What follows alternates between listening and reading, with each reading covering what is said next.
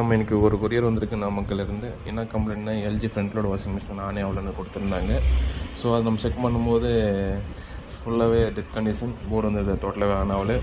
அதுக்கப்புறமா என்ன கம்ப்ளைண்ட் நம்ம பார்க்கும்போது தான் தெரியுது, நம்ம எஸ்எம்பிஎஸ் தான் ஃபுல்லாக அடி வாங்கிட்டு இருந்தது. அதனால் எஸ்எம் ட்ரான்ஸ்ஃபார்மரும் காலி, ஐசியும் போயிட்டு இருந்தது. இப்போ பார்த்தீங்கன்னா எஸ்எம் இதுதான் பழசு, எஸ்எம் ட்ரான்ஸ்ஃபார்மர், இது பார்த்தீங்கன்னா எஸ்எம்பிஎஸோட ஐசி. இது ரெண்டுமே நம்ம செட்டாக சேஞ்ச் பண்ணிட்டோம். சேஞ்ச் பண்ண அப்புறமா நம்ம யூனிட் ஆன் பண்ணும்போது பக்கா ஆன் ஆகுது. பட் இப்போ இதுக்கு நான் மாடியூல் யூஸ் பண்ணலான்னு பார்த்தேன். பட் இதில் மாடியூல் யூஸ் பண்ண முடியல. எதுக்காக பார்த்தீங்கன்னா இது பார்த்தீங்கன்னா 20 வோல்ட்டு, இது 12 வோல்ட்டு, இந்த 12 வோல்ட்டு, இந்த 2 கெப்பாசிட்டர். ஸோ அதனால பார்த்தீங்கன்னா ட்ரான்ஸ்ஃபார்மர்லேருந்து 20, 12 பிரித்து கொடுக்குது. மோஸ்ட் நம்மளுக்கு 18, 12, 5 அப்படி கொடுத்துடலாம். பட் இந்த மாதிரி மாடியூல் கொடுக்க முடியாது. ஸோ அதனால சேம் எஸ்எம்பிஎஸ் ட்ரான்ஸ்ஃபார்மர் போட்டால் மட்டும்தான் ஒர்க் ஆகும். இப்போ சிஸ்டம் ஆன் பண்ணுறேன். ஆன் பண்ண வந்து நம்மளுக்கு பார்த்தீங்கன்னா லைட் பிளிங்க் வந்துடுச்சு.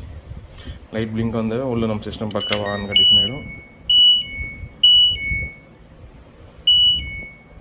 பார்த்தீங்கன்னா டோட்டல் ஏன்னா ஃபுல் வயரிங் கிட்ட இல்லை, ஜஸ்ட் நம்ம ஆன் பண்ணி கொடுத்தா மட்டும் போதும். உள்ள பார்த்தீங்கன்னா யூனிட் பக்காவாக ஒர்க் ஆகும். ஏன்னா எஸ்எம்பிஎஸ் அடி வாங்கிச்சுன்னா உள்ள இருக்கிற பொருள் எல்லாமே சேஃப்டி பண்ணி விட்ருவோம்.